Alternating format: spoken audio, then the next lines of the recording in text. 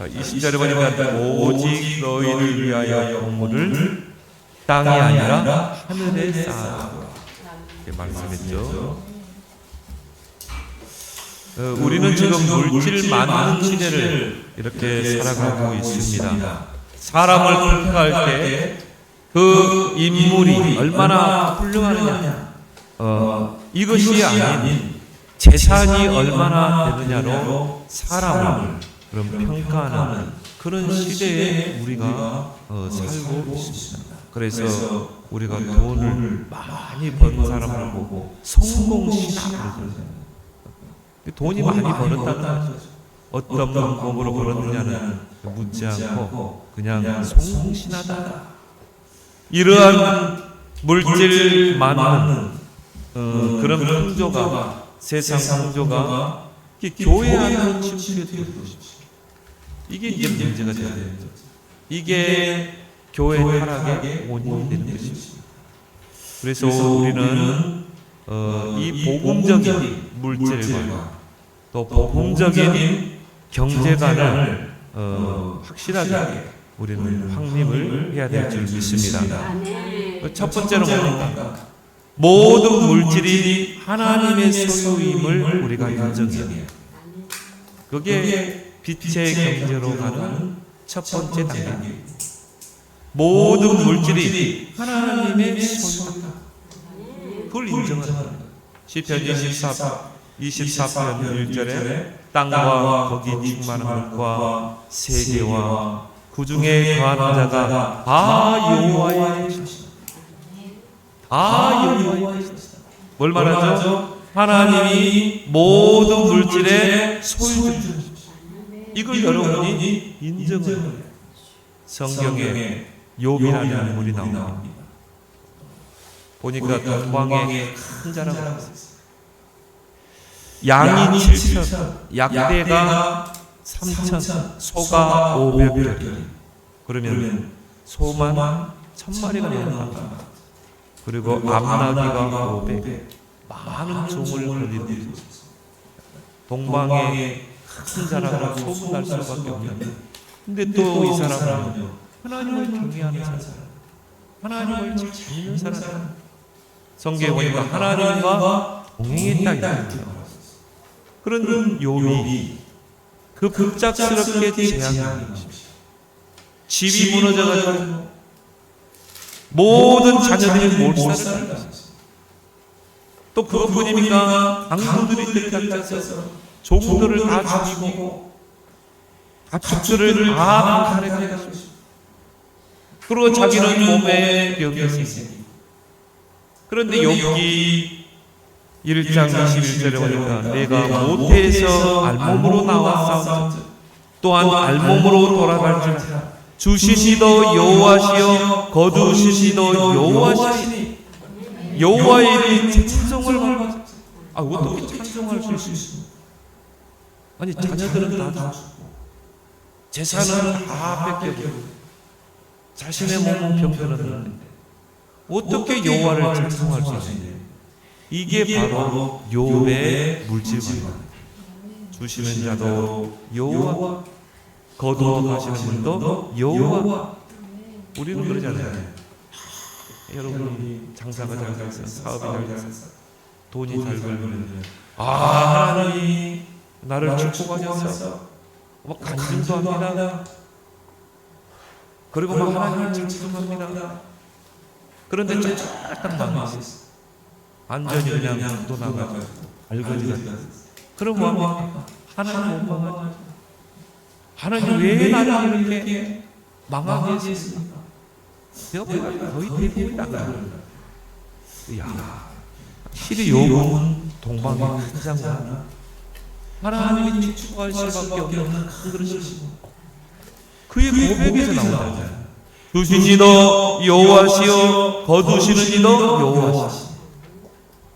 그 모든 물질의 소유주가 여호와이시니 내가 여호와를 찬송하냐. 이게 욥의 물질관이었어요. 나중에 배나 많은 축복을 하나님 주셨죠. 또 욥은 그것 때문에 또 의심이 일어났어요. 왜? 주신 주님이 주신 것이니까 맡아서 관리하라고 주신 것이니까 그럼 내가 이걸 어떻게 쓰느냐 이게 중요한 거죠. 사업에 실패하고 경제적인 어려움으로 비관 자살하는 사람들의 소식을 우리는 듣게 됩니다. 이번 코로나19 더 많이 우리는 어제도 보니까 송파구에서 일가족 5명이 죽었어요. 자살했어요. 자기 남편, 시어머니, 시누이 집에서 자살하고 딸도 호텔에서 자살하고 자기는 그 호텔에서 투신했는데 근데 뭐냐? 결국 돈. 경제가 어려워서 돈이 빚져가지고 그래서 사람들의 인식이 그렇습니다. 돈에 대한 그 우상, 물질 만능주의 그것 때문에 소중한 생명 다섯을 못한다. 내 재산을 모두 잃었으니 살 희망이 없다는 것입니다. 만일 그 잃은 재산이 내 것이 아니라면 자살할 사람은 아무도 없어요. 내 것이 아닌데 왜 자살합니까? 내 소유가 아닌데. 여러분, 이 욥과 비관 자살하는 자의 차이점이 뭘까요? 소유관에 대한 인식의 차이점입니다. 욥은 그 많던 재산을 자기 것이라고 생각하지 않았어요. 주시는 이도 하나님이시여 거두시는 이도 하나님이시다. 모든 물질의 소유가 하나님이시라는 것을 인정하는 것입니다. 그러니까 뭐 자살 일이 없죠. 하나님의 것을 내게 주십시오. 내 것이 아닌데 그게 없어졌다고 자살할 필요가 있어요? 이게 소유관에 대한 인식이 달라집니다. 내가 노력해서 못 갖지만 하나님이 주신 거예요. 하나님이 직장도 주시고 하나님이 나에게 볼 수 있는 건강도 주시고 그래서 본 것이지. 만일 어떤 사람은 무이자로 돈을 1억 원을 빌려주어서 사용하고 있는데 어느 날 그 사람이 그 1억 원 내나? 그 1억 원을 돌려달라고 해서 돌려주는데 억울합니까? 물론 돌려주는 것이 조금 아깝기는 하겠죠. 아쉽기는 해도 억울하지는 않을 거예요. 왜? 저 사람이 나에게 1억 원을 빌려준 거예요. 그것을 잘 나는 사용했던 것이고 근데 이 사람이 1억 원을 달라는 것이죠. 뭐 억울할 필요가 없죠. 왜? 원래 이게 내 것이 아니기 때문에 원래 내 돈이 아니었기 때문에 억울할 이유가 아무것도 없는 것이죠. 역대상 29장 14절에 다윗의 고백이 모든 것이 주께로 말미암아 싸우니 우리가 주의 손에서 받은 것으로 주께 드렸을 뿐입니다. 다윗의 물질관, 다윗의 흥금관.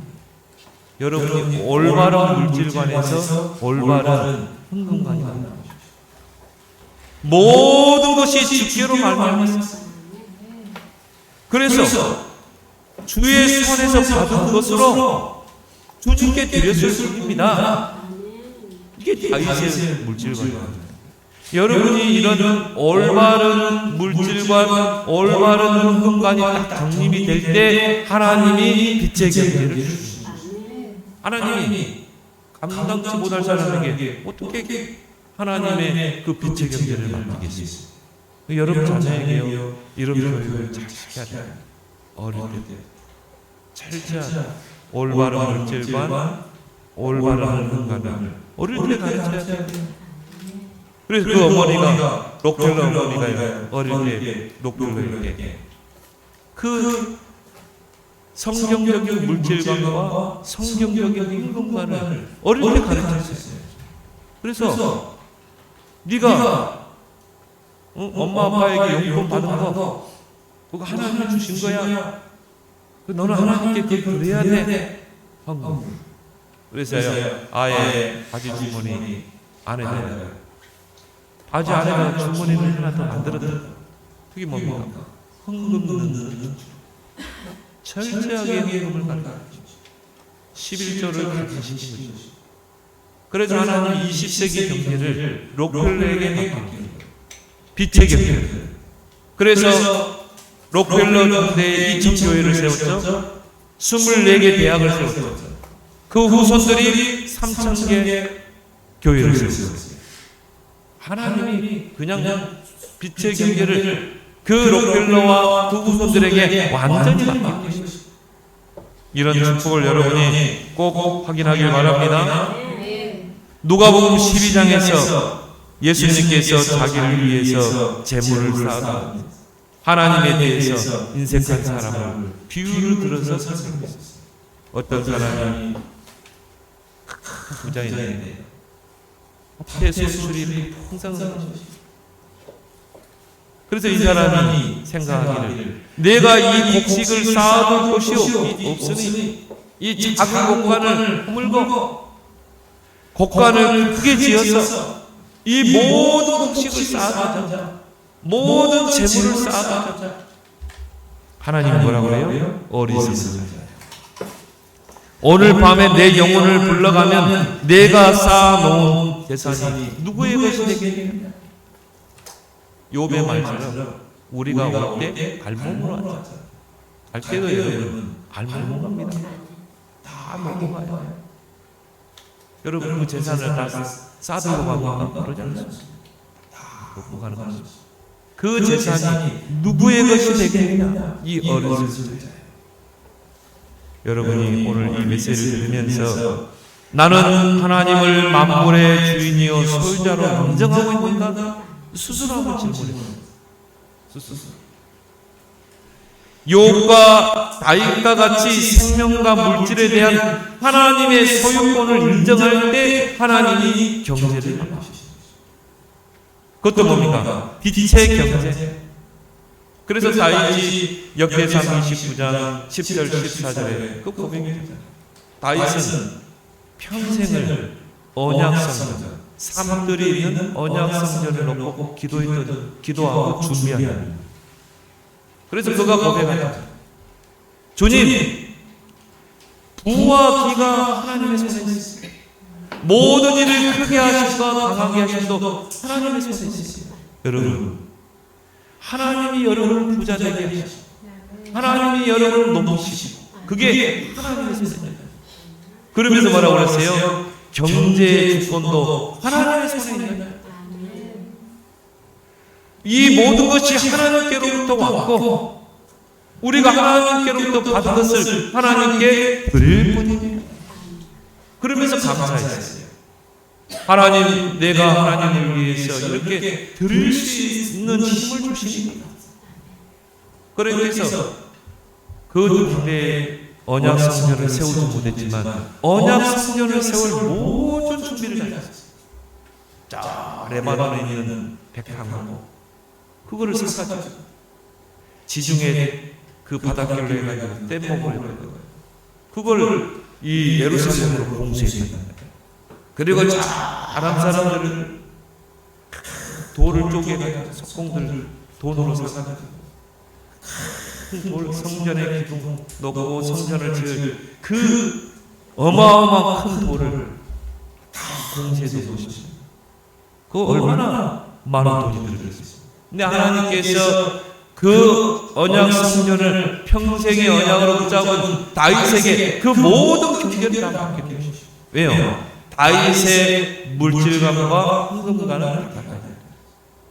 하나님이 빛의 경제를 주실 수밖에 없는 그릇입니다. 여러분이 그 그릇을 준비하고 그릇을 키운다고 키워주는 게 아니에요. 올바른 물질감과 올바른 경제관이 올바른 거기에서 나오는 올바른 헌금관이 정립돼야 돼요. 우리 부대는 이렇게 키워야 될 줄 믿습니다. 우리 부대는 다윗처럼. 두 번째 뭡니까? 물질의 노예가 되지 말라. 제가 어떤 신문에서 글을 읽은 적이 있어요. 너무 인상 깊게 읽어서 제가 글을 스크롤을 했어요. 그게 어디 가면 거기 보면은 우리나라에는 부자라는 개념이 잘못되었다는 것이죠. 부자하면 잘 사는 사람이라는 그 등식이 받아들여지고 있는 거예요. 돈 많은 부자하면 잘 사는 사람, 돈 없는 가난한 사람들은 못 사는 사람. 이런 등식이 많은 한국인들의 이 인식 속에 들어가는 것이죠. 그래서 가난하면 못 사는 사람, 부자는 잘 사는 사람. 근데 우리나라가 2003년 이후에 OECD 자살률 1위입니다. 지금까지 20년이 지났습니다. OECD 국가 중에 자살률 1위예요. OECD 평균 자살률의 2배가 넘는 수치입니다. 근데 그 퍼센트를 보니까요, 80%가 돈 때문에 자살했어요. 정말 부끄러운 수치죠. 돈 때문에 목숨을 끊은 것이죠. 그럼 여러분 한번 생각해 보세요. 부자는 돈이 많은 사람일 뿐 잘 사는 사람이 아니잖아요. 돈이 많을 뿐이지. 꼭 부자가 잘 산다는 그런 등식이 있습니까? 부자는 돈이 많을 뿐이에요. 꼭 부자가 잘 산다는 그런 등식이, 공식이 맞는 것은 아니라 이 말이죠. 부자는 단지 돈이 많을 뿐이지 부자가 꼭 잘 산다거나 행복하게 산다고는 우리가 말할 수 없다는 것입니다. 그냥 뭐 편리하긴 하겠죠. 20평 아파트에 살다가 돈 많이 벌어서 100평짜리, 50평짜리, 100평짜리 가면 좀 편리해요. 작은 차, 소형차 타고 다니다가 중형차 타면은 뭔가 다른 사람 앞에서 나를 이렇게 과시할 수도 있고 편리는 하겠죠. 그런데 그게 잘 사는 기준은 아니라는 것입니다. 우리가 부자하면 잘 사는 사람이라는 이런 잘못된 인식이 그릇된 가치관을 형성하게 되는 것입니다. 이게 우리 후대에게 각인된다. 어떻게 되겠습니까? 돈. 평생을 돈 때문에 노예가 돼서 살게 되겠죠. 얼마나 불쌍한 인생입니까? 그것 때문에 돈이 안 벌리고 돈을 잃게 되면 어떻게 돼요? 쉽게 자살합니다. 쉽게 목숨을 끊어버립니다. 그 돈 때문에 사기를 칩니다. 돈 때문에 비굴해집니다. 양심도 저버립니다. 그 사람 인격이 그렇게 형성되게 돼 있어요. 얼마나 불쌍한 인생. 반대로 가난한 사람은 못 사는 사람이 아니라 단지 돈이 없을 뿐이에요. 그잖아요. 예수님께서 마가복음 12장에서 2렙돈을 헌금함에 넣은 가난한 과부를 가리키면서 이 과부는 모든 사람보다 많이 헌금했다고 그랬어요. 이 제자들이요. 예수님, 저 가난한 과부가 2렙돈을 넣었는데 어떻게 그게 많은 헌금을 한 겁니까? 저 가난한 과부는 2렙돈 전 재산을 하나님께 드렸느니라. 그 가난한 2렙돈을 넣은 그 과부를 칭찬했다니까요. 그러면 그 과부가 못 사는 사람입니까? 그렇지 않잖아요. 예수님이 오히려 칭찬했잖아요. 우리는 흔히 저 사람은 잘 살아, 저 사람은 못 살아라고 말합니다. 그 잘 산다는 것도 저 사람은 부자야라고 말하고 저 사람은 부자기 때문에 잘 사는 것. 못 산다는 것은 저 사람은 가난해라는 그런 인식이 우리에게 각인되어 있는 것입니다. 그래서 돈이 사람을 평가하는 기준이 되는 것입니다. 그리고 사람이 상품화되죠. 하나의 사람을요, 상품으로 매기는 것입니다. 여러분, 요 시장에 가면은 뭐 극상품이 있고, 좀 덜 좋은 거, 저거는 이제 그냥 막 팔아나가는 거. 사람이 그렇게 상품화된다니까. 돈의 노예화가 된다니까. 이것만큼 비극이 어디 있겠습니까? 결국 잘 살고 못 사는 것이 순전히 돈에 달려있다고 말하는 것과 같는 거죠. 그러나 여러분이 기억할 거는 뭡니까? 주체할 수 없이 돈이 많은 사람 가운데서도 못 사는 사람들이 많아요. 그리고 찢어지게 가난한 사람 가운데도 잘 사는 사람 많습니다. 2011년에 세계에서 가장 행복한 나라로 부탄이라는 나라가 선정이 됐어요. 근데 그 나라는 굉장히 가난한 나라예요. 근데 그 나라가 행복 지수 1위 나라가 됐다니까. 그거는 뭐냐? 자국민들이, 부탄의 국민들이 나는 최고 행복한 사람이다. 그 퍼센트가 가장 높은 나라가 부탄이었다니까. 그게 2011년에. 근데 8년 뒤에 2019년에 조사에서는 부탄이 95위로 하락을 했어요. 그래서 그 이유를 분석해 보니까요. 이 부탄이라는 나라가 급격한 도시화가 진행된 것입니다. 그러다 보니까 그 나라의 인터넷이 깔리게 돼요. 또 스마트폰이 지어지고 SNS가 발달하게 돼요. 이러다 보니까 부탄에 있는 사람들이 그 나라 너머를 본 거예요. 다른 나라 보니까 잘 살아. 부자 나라야. 자기들은 가난해. 근데 그게 이런 스마트폰이나 인터넷이나 SNS가 발달하기 전에는 그들이 한마디로 아날로그 시대 때는 그걸 몰랐어요. 가난해도 우리는 잘 살아. 행복해. 그랬다니. 근데 8년 뒤에 이게 도시화가 급격히 되면서 우리는 못 살아. 우리는 가난해. 자국민들이 다른 나라와 비교하게 된 것입니다. 인식의 개념이 8년 만에 뒤바뀌어 버려요. 부자는 잘 사는 사람. 또 가난한 사람은 못 사는 사람. 이런 인식이 8년 만에 바뀌어 버린 것입니다. 그래서 같은 걸 보고도 어떻게 보느냐가 중요한 것이죠. 우리는 사람을 평가하는데 돈을 척도로 삼아서는 절대 안 됩니다.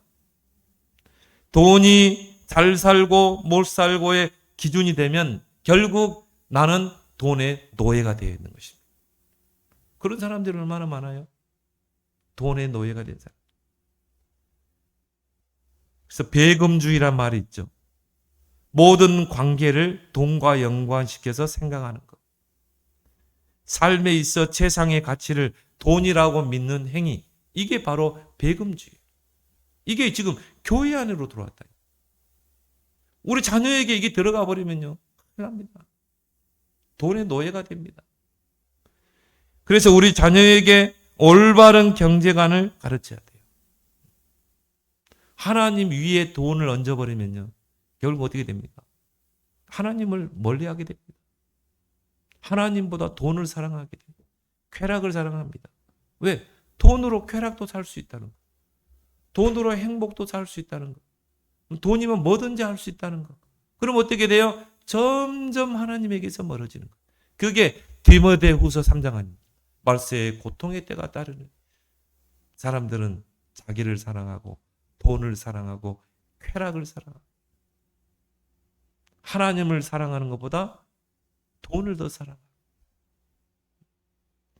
자기의 사욕을 쫓을 스승을 많이 따르고. 근데 그런 설교하는 목사 좋아하는 거예요. 여러분이 하나님 앞에 헌신하고 하면 여러분이 벼락부자 됩니다. 자기의 사욕을 쫓을. 그래. 이렇게 하면 내가 벼락부자 되겠네. 여러분 속지 말길 바랍니다. 그래서 오늘 우리가 읽은 본문의 마태복음 6장 24절에 한 사람이 두 주인을 섬기지 못할 것이니 너희가 하나님과 재물을 겸하여 섬기지 못하리라. 한 사람이 두 주인을 섬길 수 없어요. 그래서 여기서 말하는 섬기다라는 말이야. 헬라어로 노예가 되다. 고대 사회에서 노예는 주인의 소유물이었어요. 근데 우리가 이 두 주인을 섬길 수 없어요. 돈의 노예가 된 자는요, 최고 불행한 자입니다. 돈 때문에 형제간의 원수가 되고, 돈 때문에 살인하게 되고, 돈 때문에 신앙을 잃고 그 돈의 유혹을 뿌리치지 못해서 부패한 정치인들이 얼마나 많습니까? 그리고 우리나라 유흥업소에 종사하는 사람의 수가요 200만 명. 200만 명이 유흥업소에 종사한다. 술집, 노래방, 또 성을 상품화하고 돈을 위해서는 성을 상품화할 수 있다는 거예요. 왜? 쉽게 볼 수 있거든. 성을 파는 것입니다. 그게 얼마나 지금 만연해 있어요. 그런 사회는 반드시 이 흑암 경제가 시대를 덮게 돼 있어요. 디모데전서 6장 10절에 돈을 사랑함이 일만하게 뿌리가 됩니다. 1만 개의 악의 뿌리가 뭐라고요? 돈을 사랑하는. 그리고 탐심은 우상숭배라고 그랬어요. 내가 돈에 탐심을 내면요, 그게 우상숭배라. 왜? 돈이 나의 우상이 되는 것이에요. 우상숭배는 뭡니까? 재앙이 임하게 되죠. 사단의 통로죠. 그러니까 결국 무너지는 것입니다. 돈을 사랑하다. 물론 열심히 일해서 많은 돈을 벌어야 됩니다. 그러나 돈 버는 그 자체를 목적으로 삼아서는 안 됩니다. 돈은 목적이 되어서는 안 되고 도구가 돼야 돼요. 바로 세계 복음화의 도구. 여러분은 뭐 때문에 돈을 버십니까? 우리는 분명해요. 138. 오직 그리스도 누리고 오직 그리스도 전하기 위해서 오직 하나님의 나라를 이 땅에 이루기 위해서 하나님의 나라의 일을 실현하기 위해서 그래서 우리는 돈 벌기 위해서 뭐예요? 성령 충만을 받으라. 돈이 여러분의 목적이 되지 말고 도구가 되길 바랍니다. 세 번째는 뭡니까? 결론이죠. 물질의 선한 청지기가 되라. 청지기는 뭐죠? 주인의 것을 맡아 관리하는 자죠. 우리는 물질의 선한 청지기가 돼야 돼요. 모든 물질의 원주인이 하나님이라는 사실을 우리는 절대 망각하지 말아야 돼요. 대부분 내가 땀 흘려 수고해서 번 내 돈이라고 생각합니다. 그러니까 움켜쥐는 것입니다. 그러나 사실은 하나님의 것을 가져다가 사용해서 번 거예요. 고린도전서 4장 7절에 내게 있는 것 중에 받지 아니한 것이 무엇이냐? 내가 받았은즉 어찌하여 받지 아니한 것 같이 자랑하느냐? 내가 가진 모든 것이 다 하나님께서 받은 것이다. 우리의 생명, 건강, 재능, 지혜, 지식 그런 모든 것들이요. 우리가 가진 모든 것이 본래부터 우리의 것이 아니라 하나님께서 우리 각 사람에게 나누어 주신 것인 줄 믿습니다. 하나님이 여러분 생명 주셨죠. 하나님이 여러분 건강 주셔서 여러분이 직장도 가고 여러분 뛸 수 있잖아요. 하나님이 지혜를 주시고 재능을 줘야 되잖아요. 그걸 우리가 달란트라 이렇게 말합니다. 그 달란트를 줘서 돈을 벌게 하는 것입니다. 그렇게 해서 하나님이 맡기신 것입니다. 그것은 충성된 청지기의 역할을 하라고 주신 것입니다. 그리고 고린도전서 6장 19절에 너희는 너희 것이 아니라 하나님께로부터 받은 바 성령의 전이라. 우리 몸뚱이도 내 것이 아니라 이 말이죠. 하나님의 것이라는 것입니다. 마태복음 25장에 예수님께서 달란트 비유를 하셨습니다. 어떤 주인이 먼 여행을 하는데요. 종들에게 달란트를 맡깁니다. 한 종에게는 5달란트, 한 종에게는 2달란트, 한 종에게는 1달란트. 너희들이 이걸 가지고 장사해서 남기라는 것입니다. 그리고 먼 타국으로 갔어요. 근데 이 5달란트 가진 사람은요, 그 주인에게 받은 5달란트를 가지고 열심히 장사해서 10달란트를 남겼어요. 2달란트 맡은 종은 열심히 장사해서 2달란트 더 넘겼은 게 4달란트를 남겼죠. 근데 1달란트 받은 사람은요, 이걸 땅에 묻어둔 것입니다. 땅에 묻어둬 버린 거예요. 나중에 타국에서 이제 주인이 와서 결산을 하게 됩니다. 근데 5달란트, 2달란트 받은 사람은 배로 남겼잖아요. 똑같이 하겠어요. 차등을 두지 않았어요. 착하고 충성된 종아. 네가 작은 일에 충성했기 때문에 내가 너에게 큰 것을 맡기리라. 여러분이 성경적인 물질관, 경제관, 헌금관이 되어 있으면 그걸 가지고 여러분이 충실하게 맡겨진 걸 가지고 열심히 땀 흘릴 때 하나님은 큰 것을 맡길 줄 믿습니다. 큰 걸 맡기게 돼 있어요. 하나님이 여러분의 사업을 확장시켜 주시게 돼 있어요. 근데 1달란트 받은 사람은 땅에 묻어놨어요. 주인이라서 책망합니다. 이 게으른 종아, 악하고 게으른 종아. 그러면 그 1달란트를 은행에다 맡겨두면 이자라도 받을 거 아니에요. 그걸 땅에다 묻어놔? 그 있는 것 1달란트 뺏어가지고 누구에게 줬어요? 5달란트가. 왜? 그릇이 됐기 때문에. 이 사람은 그릇이 됐어. 하나님의 빛의 경제를 맡길 그릇이 된 거야. 하나님의 사업을 할 수 있는 그릇이 된 거야. 물론 세상 사람들은요, 사업하려면 뭔가 경제관도, 이 스펙도 있어야 되고, 경영 철학도 있어야 되고, 실력도 있어야 되고. 하나님은 그러지 않습니다. 왜요? 모든 경영자가 하나님이기 때문에. 너희가 마음으로 아무리 계획을 세울지라도 그것을 경영하시는 분은 하나님이시다. 하나님이 경영하면 빨라요. 그게 세상 사람과 하나님의 백성의 차이점입니다.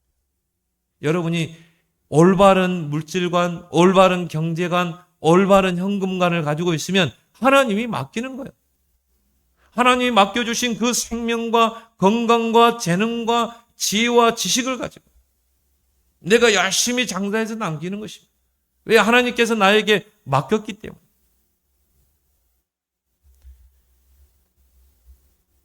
하나님께서 우리 각 사람에게 달란트를 나누어 주시는 것입니다. 생명도 건강도 재능도 지혜도 재물도. 이게 다 달란트입니다. 근데 여기서 세 부류의 사람이 나와요. 첫 번째는 돈을 모을 줄만 알았지 쓸 줄을 모르는 사람이 있어요. 그 사람은 돈을 모으는 것이 돈을 버는 목적인 것입니다. 통장에 돈이 늘어가는 것으로 사는 보람을 느끼는 사람. 이런 사람은 돈을 제대로 써보지도 못하고 세상을 하직합니다. 최고 불쌍한 사람. 나는 그런 사람 몇 사람 봤거든. 평생 동안 돈 벌어놓고요. 한 번도 제대로 써보지 못해. 자기를 위해서 한 번도. 그러 죽어버렸어요. 누구 좋은 일 시킵니까? 그거 다 싸들고 갑니까? 아니죠. 미련한 인생이에요. 한 번도 제대로 써보지도 못하고 결국 모아둔 돈은 자식들의 차지가 되고 마는 것입니다. 두 번째는 어떤 사람은 버는 대로 자신을 위해 사용하는 자가 있습니다. 이런 사람은 자신을 위해 세상에서 누릴 만큼 누리면서 살다 가는 것을 인생의 목적으로 사는 사람. 그래서 뭐 정승같이 벌어서 쓴다고 그러잖아요. 그런 사람 자기를 위해서는 막 써요. 투자해요. 이 사람은 오직 자기를 위해서만 쓸 줄 알지 하나님에 대해서는 인색한 자입니다. 예수님은 이런 사람을 책망하시죠. 약하고 게으른 종아. 하나님을 위해서는 전혀 쓰지 않아요. 하나님에 대해서는 인색해요. 자기에 대해서는요 막 풍족하겠어요. 세 번째는 뭡니까? 물질을 가지고 하나님의 일을 위해 사용하는 자. 예수님은 이런 사람을 착하고 충성된 종아. 하나님께서 우리에게 주신 그 물질은 나만 위해 사용하라고 주신 것이 아니라 이 말이죠. 하나님의 나라를 위해 사용하라고 하나님이 맡기신 것입니다. 그래서 마태복음 6장 33절에 너희는 그의 나라와 그의 의를 구하라. 하나님의 나라와 하나님의 의를 구하라. 그래야만 이 모든 것을 너에게 더하시라. 여러분이 하나님의 나라를 이 땅에 이루고 하나님의 의를 이루는데 나는 돈을 버는 것이다. 그게 내 인생의 목적이고 나는 하나님의 나라를 위해서 이 물질을 쓰는 것이다.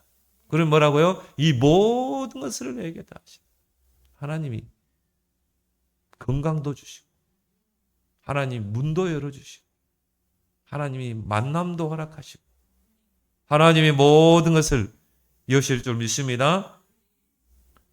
결론적으로 올바른 물질관이 정립된 자에게 하나님은 경제를 맡기시는 것입니다. 이 모든 물질의 소유주는 하나님이시다. 그리고 나는 하나님의 것을 맡아서 관리하는 선한 청직이다. 이런 올바른 경제관, 물질관, 헌금관이 정립된 자에게 하나님이 빛의 경제를 맡깁니다. 물론 세상 유지하기 위한 경제도 있습니다. 그거는요, 신자건 불신자건 그릇이 된 사람에게 맡깁니다. 저 삼성의 이건희, 이재용, 왜 경제를 맡깁니까? 이 사람은 사회 유지를 위해서 그릇이 됐기 때문에. 신자 중에 하나님 우선순위를 신자에게 줘요. 근데 신자에게 없으니까 불신자에게 주는 것입니다. 우리 렘넌트 중에 그런 인물이 나와야 돼. 우리 렘넌트 중에 진짜 세상 유지하는 경제. 또 하나님의 빛의 경제. 이거는 뭡니까? 정말 어두운 현장에 빛을 발하기 위해서 하나님이 준비하신 경제. 이사야 60장 1절에서 22절에 있는 경제. 여러분이 정말 나는 일어나서 237의 빛을 발할 것이다. 하나님이 빛의 경제를 나에게 주옵소서. 기도하고 그릇을 준비하면 성경에 보니까 미디안 학대가 스바의 풍부함이 너에게 공급되고 이방인들을 금과 은을 싣고 너에게 오고 하나님이 빛의 경제를 몰아가시는 것입니다. 이방인들이 금과 은을 싣고 온다니까. 이방인이 벌어놓은 것을 여러분이 다 거두게 하십니다. 성경이 그렇죠? 이방인들이 지어놓은 그 집에 너희가 살게 하겠고 이방인들이 농사 지어놓은 그 곡식을 너희가 먹게 할 것이다. 이런 축복의 주역이 되길 바랍니다. 그래서 그런 사람을 보고 근원적인 축복을 받는 사람. 하나님의 근원적인 축복. 하나님의 경제의 근원이 여러분이 샘 쏟듯이 쏟아나면 막을 자가 없어요. 이삭은요, 진짜 근원적인 축복을 받았어요. 샘 근원을 받았거든요. 기도하고 땅 파면 막 샘이 솟는 것입니다. 근원적인 축복. 그래서 이삭은 한 해 농사 100배로 축복받았어요. 그게 근원적인 축복입니다. 그래서 노복이 심이 많고 창대케 되고 거부가 되었다. 그리고 르호복 경제. 하나님이 지경을 넓히셨다. 그렇죠? 왜? 그릇이 되니까. 이삭은 그릇이 된 인물이에요. 그러니까 하나님이 이삭에게 막 지경을 넓히시는 것입니다. 이게 르호복 경제. 저와 여러분들이 회복할 경제인 것입니다. 가이오를 보세요. 정말 온 교회의 식주인, 전도자와 온 교회의 식주인, 이 언약을 붙잡았거든요.